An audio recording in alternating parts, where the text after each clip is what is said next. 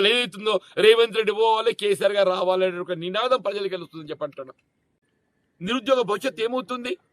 మొదటి సంవత్సరం 2 లక్షల ఉద్యోగాలు అన్నారు, రెండో సంవత్సరం 1 లక్ష ఉద్యోగాలు అన్నారు, 3 లక్షలు పోయింది. వాళ్ళు అధికారికంగా ఏం చెప్తున్నారు? 60,000 అని చెప్పంటున్నారు. అసలు ఇచ్చింది ఎన్ని? 17,000. ఎక్కడికి వెళ్ళి ఎక్కడ పోతున్నామని చెప్పంటున్నాను నేను. వీళ్ళ కాంట్రాక్ట్ అవుట్ సోర్సింగ్ ఉద్యోగస్తులు ఏదైతుందో వాడు ఉద్యోగం ఉంటుందో ఉడుతుందో తెలియని పరిస్థితి ఏర్పడని చెప్పంటున్నాను నేను. వీళ్ళ ప్రజలు ఏదైతుందో ఆనాడు 23 అంటే 10 సంవత్సరాలు పట్టిందా మార్పు కోరడానికి. ఇవాళ 2.5 సంవత్సరాలుగా మార్పు కోరుతున్నారు. ఇవాళ ఏదైతుందో రేవంత్ రెడ్డి పోవాలి, కేసీఆర్ గారు రావాలి అనే ఒక నినాదం ప్రజలకు వెళ్తుందని చెప్పంటున్నా. రేవంత్ రెడ్డి గారు పోవాలి, కాంగ్రెస్ పార్టీ మార్పు కావాలి, కేసీఆర్ గారు రావాలి, బీఆర్ఎస్ పార్టీ రావాలని చెప్పని ప్రజలకి వెళ్ళి నినాదం వస్తుందని చెప్పంటున్నాను నేను. దాన్ని ఆలోచించి ఇంకా 2 ఏళ్ళు అధికారం ఉండేది ఉన్నది. ఇలా కాంగ్రెస్ పార్టీ ఇంకా 2 సంవత్సరాల అధికారంలో ఉండేది ఉన్నది. కానీ ఈ 2 సంవత్సరాల కాలమైనా మెరుగైన పాలన ఇవ్వడానికి ప్రయత్నం చేయండి, ప్రజాహితం కోసం పనిచేయండి. అది ఆలోచన చేయకుండా జీవన్ రెడ్డి ఎందుకు పోతుండే?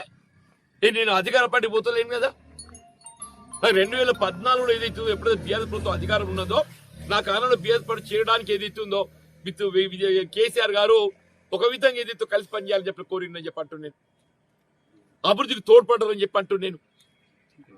ఇవాళ శాసన మండలి 2019లో మొత్తం శాసన మండలి ఏకైక సభ్యున్నాయి.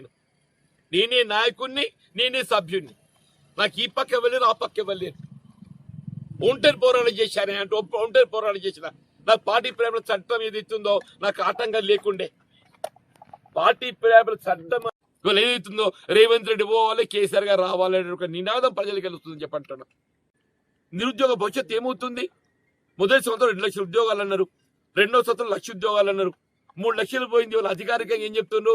60,000 అని చెప్పంటున్నారు. అసలు ఇచ్చింది ఎన్ని? 17,000. ఎక్కడికి వెళ్ళి ఎక్కడ పోతున్నామని చెప్పంటున్నాను నేను. వీళ్ళ కాంట్రాక్ట్ అవుట్ సోర్సింగ్ ఉద్యోగస్తులు ఏదైతుందో వాడు ఉద్యోగం ఉంటుందో ఉడుతుందో తెలియని పరిస్థితి ఏర్పడని చెప్పంటున్నాను నేను. వీళ్ళ ప్రజలు ఏదైతుందో ఆనాడు 23 అంటే 10 సంవత్సరాలు పట్టిందా మార్పు కోరడానికి. ఇవాళ 2.5 సంవత్సరాలుగా మార్పు కోరుతున్నారు. ఇవాళ ఏదైతుందో రేవంత్ రెడ్డి పోవాలి, కేసీఆర్ గారు రావాలి అనే ఒక నినాదం ప్రజలకు వెళ్తుందని చెప్పంటున్నా.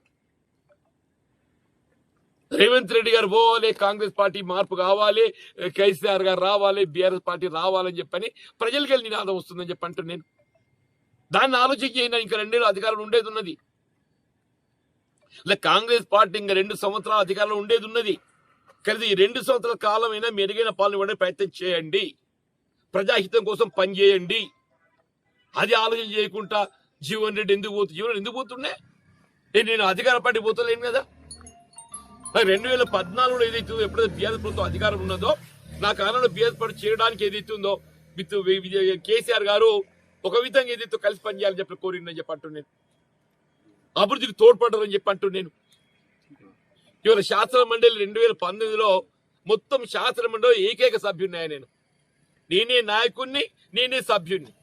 నాకు ఈ పక్క వెళ్ళారు, ఆ పక్క వెళ్ళారు. ఒంటరి పోరాటం చేశాను అంటే ఒంటరి పోరాటం చేసిన. నాకు పార్టీ ప్రేమల చట్టం ఏదైతుందో నాకు ఆటంకం లేకుండే. పార్టీ ప్రేమల చట్టం